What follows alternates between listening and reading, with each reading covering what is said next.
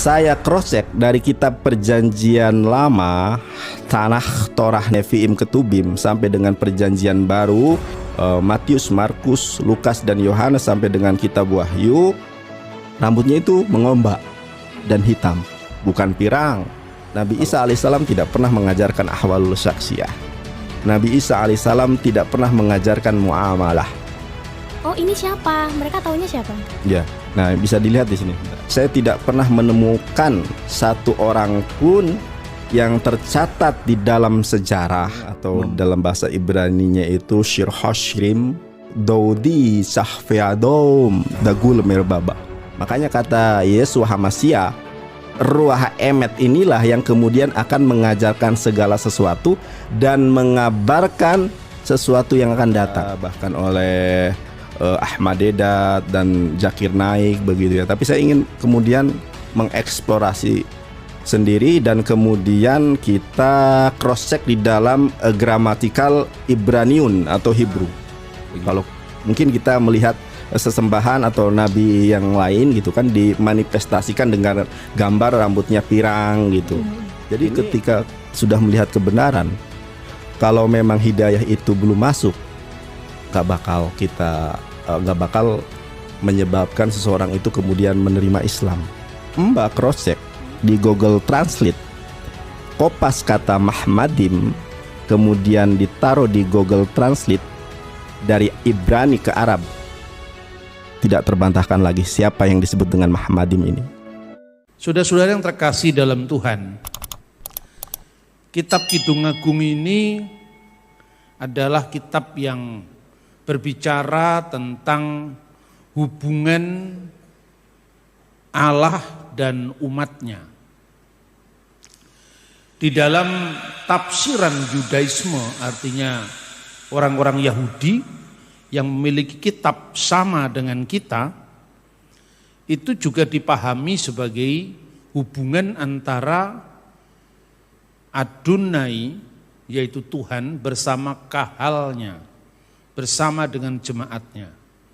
Ketika gereja muncul dari Yudaisme, maka gereja juga mewarisi penafsiran yang sama, tetapi secara spesifik lebih diarahkan kepada Sang Kristus sebagai firman yang menjadi manusia. Sehingga hubungan antara Allah dengan kahal atau umatnya dipahami juga sama Kristus dengan gerejanya.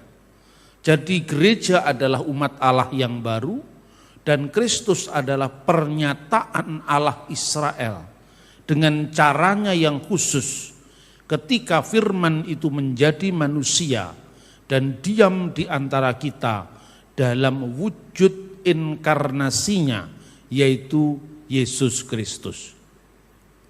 Nah, saudara-saudara, sebagaimana gereja mewarisi sejarah dari bangsa Israel, maka kitab Kidung Agung itu adalah kitab yang tidak pernah diragukan sebagai kitab yang Tuhan berikan. Artinya secara kanon sebagai kitab suci kita. Hanya orang kemudian menafsirkan dengan berbagai macam penafsiran yang itu bisa disalahpahami oleh orang-orang yang tidak mengerti. Misalnya, ada kelompok-kelompok polemik di Indonesia yang menuduh bahwa kitab Kidung Agung adalah kitab porno. Anehnya di pihak lain, mereka yang menuduh kitab Kidung Agung sebagai kitab porno itu mencari-cari pembenaran dari ayat Kidung Agung untuk membuktikan kedatangan dari nabi mereka, yaitu Nabi Muhammad Sallallahu Alaihi Wasallam. Nah, kitab Kidung Agung itu kan memang sebagaimana kitab-kitab yang lain. Kalau orang Kristen kan membaca kitab suci itu lebih ditekankan pada maknanya. Mengapa? Karena Alkitab kita itu ditulis paling tidak dalam 3 bahasa.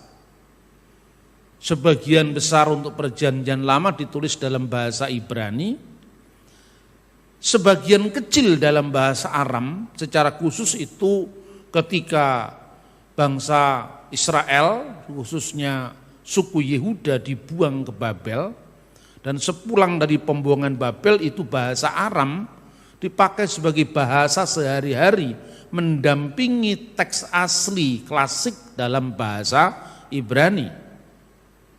Sementara Perjanjian Baru, karena bahasa Yunani Koine sejak penaklukan Alexander Agung pada abad ketiga sebelum Masehi itu menyebar merata di bagian besar dunia dari Yerusalem ke arah barat. Maka bahasa Yunani adalah bahasa yang paling merata dipakai oleh dunia kuno saat itu, sehingga Injil Perjanjian Baru ditulis dalam bahasa Yunani. Meskipun demikian, background dari ajaran Yesus tetap stylenya, gayanya itu adalah Hebrew Aramaik. Bahasa Yunani yang dipakai Perjanjian Baru pun bukan bahasa Yunani klasik ala bahasa Yunani yang dipakai Sokrates, Plato, Aristoteles, tapi bahasa Yunani Koine, bahasa Yunani sehari-hari yang menunjukkan bahwa Allah lebih mementingkan makna sampainya pesan ilahi itu kepada umat manusia saat itu.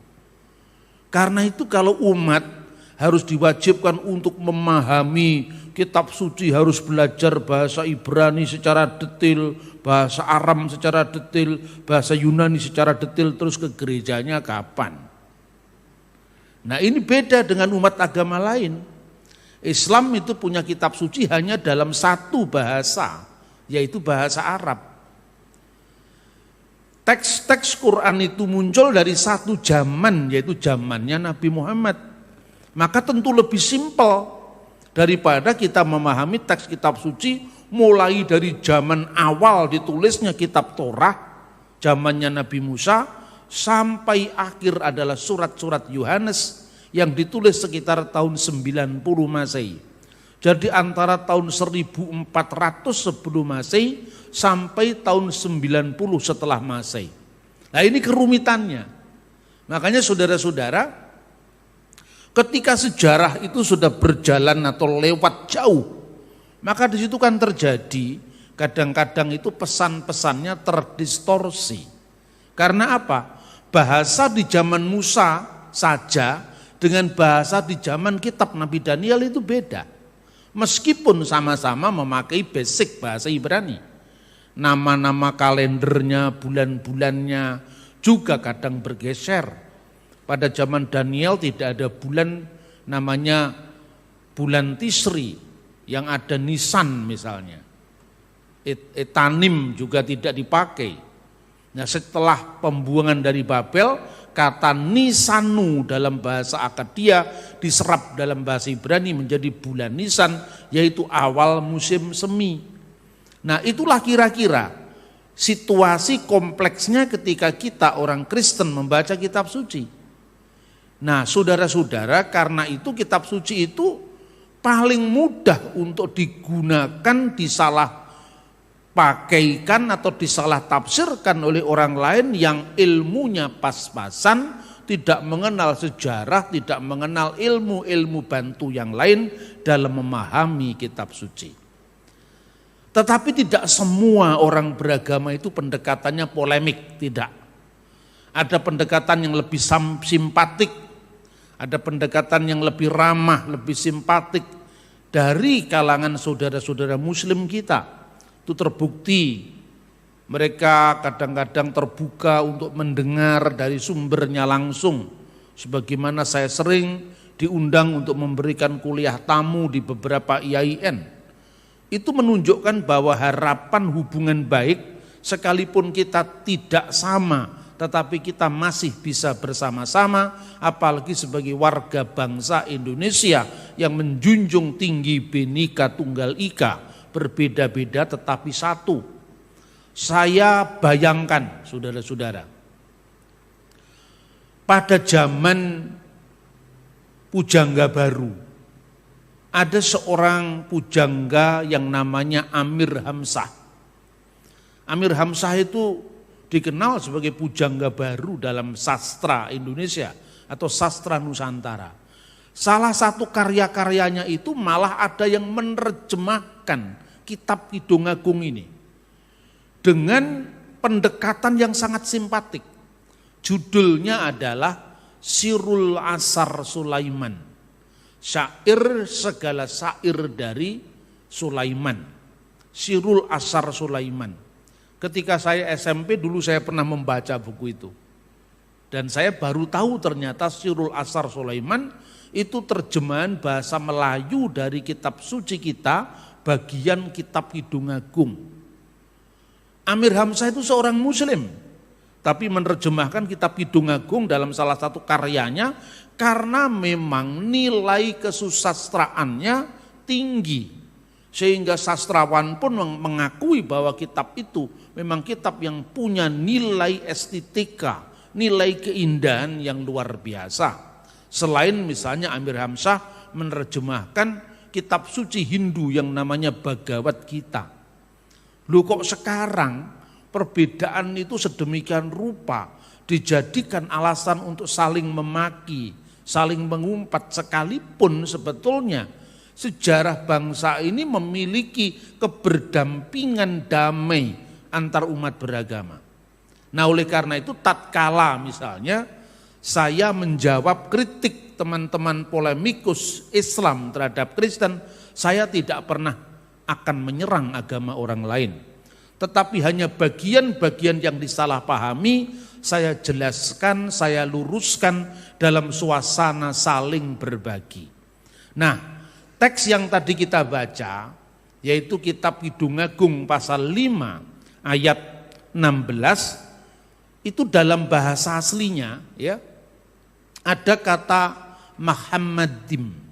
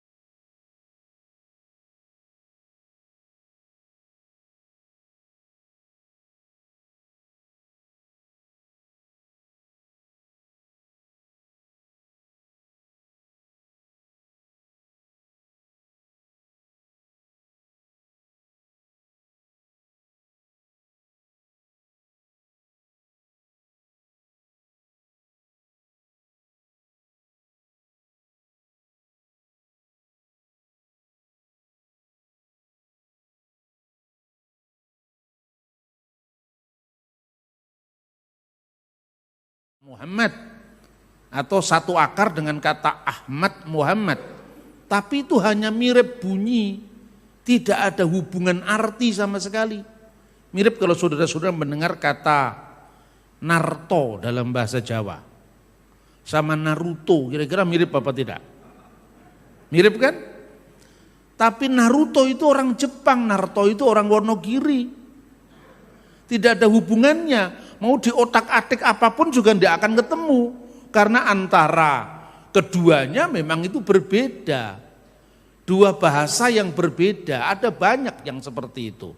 Maka menafsirkan kitab suci itu tentu bukan hanya modalnya mendengarkan atau otak-atik gatuk saja. Nah, itu saudara-saudara. Kemudian justru yang seakar dengan kata Arab terpuji itu bukan Mahmadim atau Muhammad atau Muhammadim dalam bahasa Ibrani.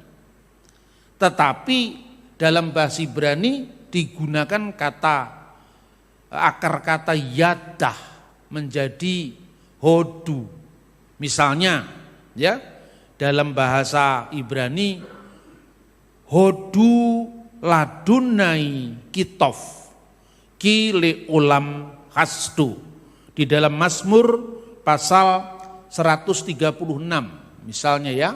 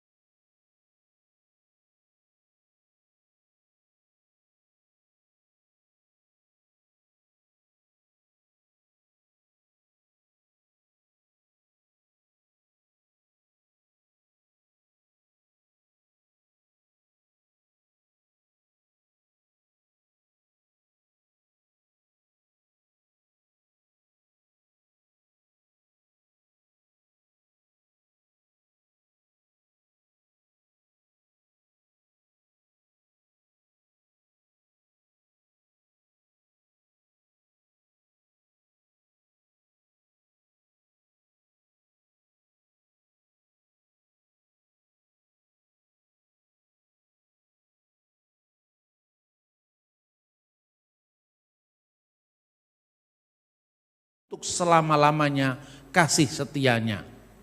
Jadi itu akar kata yang pertama. Akar kata yang kedua yang seringkali diterjemahkan dengan pujian itu adalah halal. Dari kata halal yang artinya sama, yaitu memuji. Misalnya haleluya, halelu pujilah. Yah itu bentuk singkat dari tetragramaton, yaitu Allah Israel, Yod, He, Vav, He, yang dibaca oleh kaum akademisi sebagai bacaan perkiraan Yahweh. Tetapi bacaan yang sesungguhnya memang Alkitab tidak menyebutkan konsonannya seperti apa, ya. Kemudian haleluya, halelu et Adonai, pujilah Tuhan min hasemayim yang ada di surga, haleluhu bamromim, terpujilah dia atau pujilah dia di tempat yang tinggi. Jadi kata yang justru berarti terpuji itu adalah halal, yang menjadi kata halal, haleluya, dan yang kedua yadah, bentuk yang yang sering muncul dalam kitab suci itu adalah Hodu laduni ha adunim kile olam hastu misalnya. Nah, jadi artinya secara keserumpunan bahasa memang berbeda. Ya sekalipun bahasa Ibrani dengan bahasa Arab dan bahasa Aram itu sesungguhnya serumpun, tapi ada kata-kata tertentu yang bunyinya mirip tapi artinya beda. Coba Anda bandingkan antara bahasa Sunda dengan bahasa Jawa. Itu kan sebetulnya satu rumpun. Rumpun bahasanya itu adalah bahasa Jawa kuno yang dipakai di Jawa, kemudian Sunda dan Bali. Itu satu rumpun sebetulnya. Maka prasasti-prasasti Gajah Mada yang muncul dari abad 14 dari zaman Majapahit, prasasti Balitung di Kerajaan Jawa Timur di abad ke-10, itu sebetulnya mirip satu sama lain, termasuk prasasti Sunda kuno, seperti misalnya prasasti satu naskah kuno yang namanya Siska Kanda Ingkarsian dan beberapa prasasti yang cukup mendukung itu mirip satu sama lain. Tapi kalau bentuknya sekarang, Anda bisa lihat misalnya kata amis dalam bahasa Sunda dan amis dalam bahasa Jawa ini kan bukan hanya mirip tapi sama kan. Tapi amis dalam bahasa Jawa yaitu berbau tidak sedap. Sementara amis dalam bahasa Sunda artinya manis. Nah ini artinya apa? Kemiripan bunyi atau kesamaan bunyi itu sekalipun bahasa serumpun tidak selalu berarti sama. Begitu juga antara bahasa Arab dan bahasa Ibrani dan bahasa Aram. Nah sekarang apa sebenarnya yang menjadi akar dari kata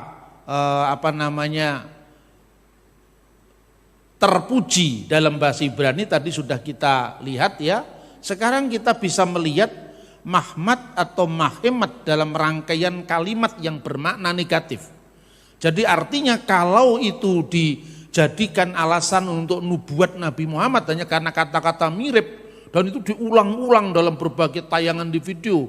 Hikumam takim wekulo mahmadim zehdoti wezehroi benot Yerusalem baik oleh Zakir Naik, Ahmad Didat dulu, sampai sekarang di polemikus-polemikus Muslim selalu muncul itu.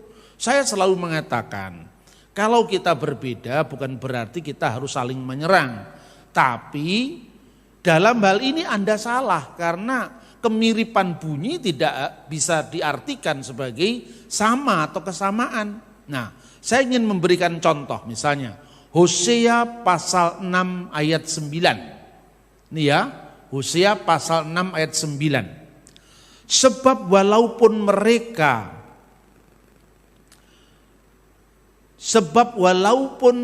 mereka mengelakkan diri dari pemusnahan, sekalipun mereka menghindarkan diri dari pemusnahan, Mesir akan mengumpulkan mereka. Memphis, kota kuno di Mesir kuno, akan menguburkan mereka. Rumput akan menutupi barang-barang perak yang berharga. Nah, yang berharga ini dalam bahasa aslinya mahmad, tapi dikaitkan dengan barang perak yang berharga. Maka di situ kita bisa menemui teks ini. Onak akan tumbuh dalam kemah-kemah mereka. Jadi menguburkan mereka, rumput akan menutupi barang-barang perak yang berharga. Berarti kalau dibaca lengkap, rumput akan menutupi mahemat. Nah, masa Muhammad ditutupi rumput? Nah, ini kalau sekedar mencari kesamaan bunyi kan. Nah, teks lagi satu, Hosea pasal 6 pasal 9 ayat 16. Efraim telah dipukul, akarnya telah menjadi kering, mereka tidak akan menghasilkan buah. Bahkan sekalipun mereka melahirkan anak buah kandungan mereka yang berharga, aku akan matikan. Anak buah kandungan yang berharga, dan yang berharga itu Muhammad, maka wehemati dan aku akan mematikan Muhammad bitnam, kandungan yang berharga. Kalau diterjemahkan secara harafiah akan lucu, kalau Muhammad sini dipakai untuk membuktikan kenabian Muhammad. Bahkan sekalipun mereka melahirkan anak, Muhammad bitnam, aku akan mematikannya. Masa Muhammad akan dibunuh? Kan ya enggak kok. Lah itu banyak sekali teks-teks yang begini yang kemudian apabila itu dibaca lepas konteks, itu akan tidak cocok dengan tuntutan Islam sendiri. Karena apa? Ya memang itu bukan untuk Nabi Muhammad. Gitu loh. Saya pun ketika menyebut Muhammad kan saya selalu menyebut Nabi. Bukan berarti Nabi menurut Kristen, Nabi menurut mereka, kan gitu kan. Loh, saya seringkali orang Kristen yang model-model keras itu juga negur saya. Saya perhatikan Pak Bambang kalau menyebut nama Muhammad selalu dengan nada hormat, lengkap dengan sallallahu alaihi wasallam. Lah kalau saya menyenangkan tetangga saya kan dapat pahala. Kan bukan berarti saya ikut mengakui. Saya berikan contoh. Ketika kita menyebut Siddhartha dengan Gautama, dengan Buddha, ya, Buddha itu artinya orang yang menerima pencerahan. Kita menyebut ini lahirnya Sang Buddha, hari raya Waisak. Apakah berarti orang Kristen mengakui Sang Buddha sebagai pencerah kita? Tidak. Itu karena sopan santun dalam pergaulan sosial. Kan gitu kan? Tapi kenapa Buddha dengan Kristen jarang bertabrakan? Karena enggak mirip sama sekali. Justru karena Naruto dengan Naruto tadi mirip, maka sering tabrakan kan gitu kan? Enggak mirip sama sekali. Hindu punya Maharshi, ya kan? Kita punya Nabi. Tapi enggak mirip sama sekali kan? Buddha punya Sakya Muni atau punya Bodhisattva atau Sang Buddha, kita enggak ada. Kita ada Nabi, Kristus, ya kan? Tidak mirip. Konghucu dengan Kristen enggak mirip, maka enggak pernah tabrakan karena memang tidak ada kemiripan yang diperebutkan apa. Tapi Islam, Kristen, Yahudi itu mirip satu sama lain. Islam mengenal Nabi, Yahudi mengenal Nabi, Kristen mengenal Nabi. Padahal definisinya belum sama. Maka kemudian bertengkar, ya kan? berebut klaim, kan begitu kan? Kristen mengenal Rasul, Islam mengenal Rasul, kemudian saling klaim mana yang benar. Yesus itu sendiri disebut Rasul dalam Ibrani pasal 3 ayat 1. Kenapa kamu jadikan Tuhan? Padahal definisi Rasulnya tidak sama, meskipun ucapannya sama, kan gitu kan? Makanya yang mirip-mirip gini malah sering bertengkar. Saya pernah diskusi sama Profesor Mun'im Siri dalam sebuah diskusi webinar. Intinya itu Islam dan Kristen, Islam Kristen agama Abraham. Lalu beliau mengelontarkan satu statement yang menarik. Apakah agama Abraham, the Abrahamic religion itu mempersatukan atau justru memecah belah? Terus saya jawab dengan pasti memecah belah. Karena apa? Definisinya aja belum sama, kok kita kemudian mau menyamakan. Mempersatukan yang apa? Dalam banyak hal kita tidak sama kok. Satu contoh misalnya, sekalipun para ahli ilmu agama-agama menganggap Yahudi, Kristen, dan Islam itu agama Abraham, justru pertengkaran dimulai karena klaim Abraham itu. Sejumlah tafsir Islam mengatakan bahwa apa yang disebut ayat Quran, bigulamin halim, dengan anak yang santun, anak yang sabar, itu adalah Ishak. Menurut tafsir misalnya Muqatil bin Sulaiman, ada yang mengatakan Ismail menurut tafsir Ibnu Katsir. Maka itu pun menjadi pertengkaran bukan hanya antara orang Kristen, Yahudi dan Islam, tetapi antara Islam sendiri, mana yang dikorbankan, Ishak atau Ismail. Karena di Islam ada dua versi, sementara Kristen dan Yahudi bertengkar soal lain.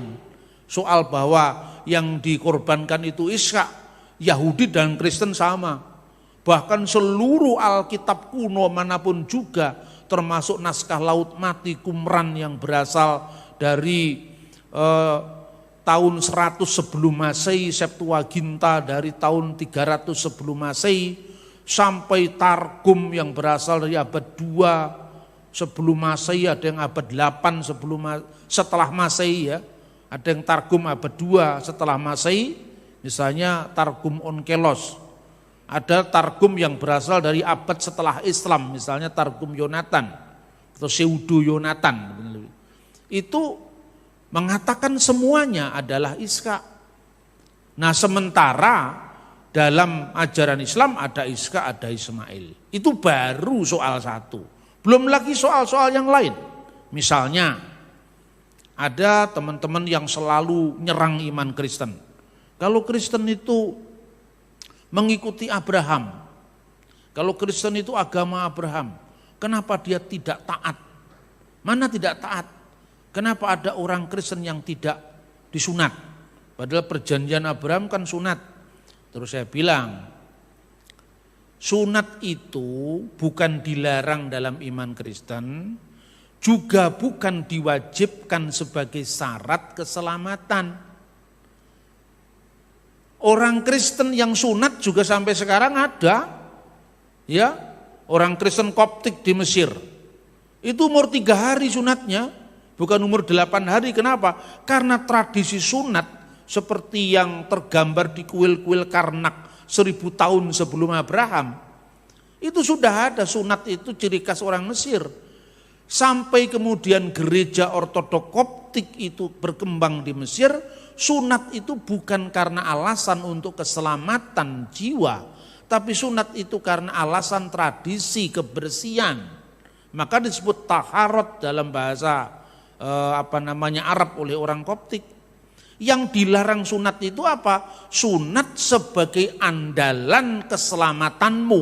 Maka kalau kamu menyunatkan dirimu agar kamu berharap diselamatkan oleh ritus sunat itu, maka untuk apa Kristus mati bagimu? Rasul Paulus yang sering dituduh katanya membatalkan sunat, nah dia menyunatkan Timotius kok di dalam Kisah Rasul pasal 16. Tapi kenapa Rasul Paulus melarang Titus disunatkan? Karena Titus itu orang Yunani. Nah coba baca sumber Yahudi? Apakah sunat itu diwajibkan untuk orang bukan Yahudi? Tidak. Sunat memang banyak untuk orang Yahudi. Lah contoh-contoh semacam ini yang apabila kita tidak tuntas membahas itu bisa menimbulkan salah paham. Kami katanya kaum polemikus itu lebih setia kepada ajaran Nabi Musa ketimbang orang Kristen. Buktinya apa? Kami tidak makan babi. Tapi kenapa Kristen makan babi? Terus saya jawab, lah kamu masih makan unta kok. Lah unta kan juga dilarang dalam Imamat pasal 11. Unta, pelanduk, kelinci, baru babi. Kan gitu kan? Nah kelinci dimakan, ini ada di mana itu, Telaga Sarangan itu. Kalau naik di situ ada di mana-mana sate kelinci. Kelinci tidak boleh. Jadi selama Anda makan suike, makan belut, makan kepiting, termasuk kepiting telur asin, termasuk cumi-cumi, itu tidak cocok dengan hukum khusus orang Yahudi. Jadi jikalau orang Kristen itu makan babi, yang tidak makan babi juga banyak, ya kan? Karena apa? Karena orang Kristen memiliki akar dari kekristenan non-Yahudi. Dan kekristenan non-Yahudi itu memang tidak berlaku hukum Musa. Tanya kepada Rabi Yahudi sendiri. Yang disebut Taryak. Taryak itu singkatan dari 613, Taryak Misvot Mose, 613 hukum Musa. Itu berlaku bagi orang Yahudi, penjabaran dari kitab Taurat. Nah sementara untuk mereka yang di luar hukum Musa, bangsa-bangsa non-Yahudi, bangsa-bangsa Goyim, berlaku apa? Sifa Misvot Bene Noah, 7 hukum bagi Bani Nuh. Lah sejak dulu memang orang non-Yahudi tidak ada kewajiban sunat, karena sunat itu termasuk hukum Yahudi. Tidak ada kewajiban untuk memelihara hari Sabat. Makanya sampai hari ini di Israel modern ada yang namanya Sabat Goi. Orang-orang non-Yahudi termasuk Kristen, termasuk Islam, apa itu orang Arab, apakah itu orang Polandia yang mau bekerja di hotel-hotel orang Israel pada hari Sabat. Lah kenapa? Karena Yahudi tidak boleh bekerja pada hari Sabat. Kalau orang Indonesia liburnya hari Minggu, ya kan? Kemudian hari Jumat kita tidak libur.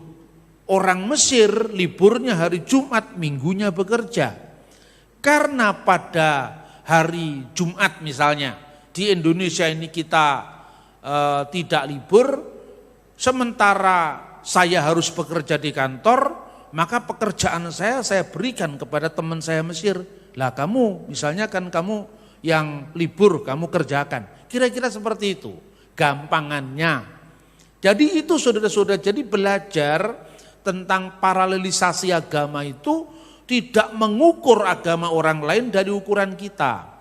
Nah sekarang kita baca lagi kitab Raja-Raja 20 ayat 6. 1 Raja-Raja 20 ayat 6. Tetapi besok kira-kira pada waktu ini aku akan menyuruh pegawai-pegawaiku kepadamu dan mereka akan menggeledah rumahmu dan rumah pegawai-pegawaimu. Maka segala yang kamu inginkan dalam penglihatan matamu akan mereka ambil dari mereka. Jadi ini diterjemahkan secara harfiah ya. Apa yang diterjemahkan? Maka segala yang kamu inginkan dalam penglihatan matamu, ini terjemahan harfiah. Kal mahimmat inika, kal itu semua, mahimmat itu apa yang berharga, ain itu mata, apa yang berharga, kal mahimmat ainika, yang berharga di matamu akan mereka ambil dari mereka. Masa Muhammad akan mereka ambil dari mereka? Kan jadi tawanan. Makanya kelihatannya itu menguntungkan Islam, tapi itu merugikan Islam kalau diterus-teruskan. Karena Muhammad akan ditimbun rumput, Muhammad akan mereka ambil dan sebagainya. Maka apapun yang dilakukan, mengotak-atik ayat untuk mencari pembenaran, bagi agama kita itu tidak boleh. Jikalau saya berbicara seperti ini, itu adalah hak jawab saya ketika iman Kristen disalahpahami. Ya kan? Saya pun juga tidak akan mengotak-atik teks orang lain untuk kepentingan membela iman saya. Saya tidak pernah lakukan itu. Tapi kalaupun misalnya kadang-kadang saya membandingkan satu teks Quran dengan teks Alkitab, biasanya itu kalau berhubungan dengan tuduhan. Misalnya contohnya, ketika kita dituduh mengatakan, orang Kristen berkata bahwa Tuhannya ketiga dari yang tiga. Karena kata ketiga dari yang tiga itu muncul dari teks Al-Quran, ya terpaksa saya menunjukkan sumbernya. Tapi bukan mencari pembenaran, legitimasi dari kitabnya umat Islam. Karena dalam Al-Quran dikatakan laqad kafaral ladzina qalu innallaha salisu salasa. Sungguh telah kafir orang yang mengatakan bahwa sesungguhnya Allah itu ketiga dari yang tiga. Lalu saya bilang, tidak ada orang Kristen yang mengatakan Allah itu ketiga dari yang tiga. Terus ini siapa Pak kalau bukan Kristen? Saya pun masih menahan diri. Ya golek ono dhewe wong itu bukan kitab saya. Ya toh? Lu kurang sabar apa saya ini? Saya kan tidak pernah mau mengintervensi orang lain, tetapi itu pun di YouTube orang masih mengatakan, "Hei Bambang, kamu jangan suka memfitnah Islam." Yang saya memfitnah itu loh kapan? Wong buku saya aja diberi kata pengantar Pak Said Akil, diberi kata pengantar Gus Dur, saya memberikan kuliah di beberapa IAIN. Lah kapan saya menghujat Islam? Tidak pernah. Tapi itu sengaja sengaja dibuat orang untuk disetting seperti itu. Karena apa? Karena saya tidak pernah berhenti untuk mempertanggungjawabkan iman saya ketika iman saya disalahpahami oleh siapapun. Karena secara hukum itu kan hak jawab. Wong itu iman kita tidak seperti itu. Maka saya katakan, cobalah kamu cari di mana ada orang Kristen yang berdoa, ya, atau yang berteologi, kami percaya kepada ketiga dari yang tiga, kan enggak ada. Mau itu ortodoks yang selalu sembahyang dengan mengucapkan Allah yang esa, ketika mengatakan Bismil ab walibni warahil kudus al ilahu wakid amin. Demi nama Bapa dan Putra dan Roh Kudus al ilahu wakid, Allah yang esa amin. Ya toh? Orang Katolik, mana ada orang Katolik juga kalau berdoa Allah ketiga dari yang tiga. Nah, ketiga dari yang tiga itu dalam konteks yang dikritik Quran pun saya setujui.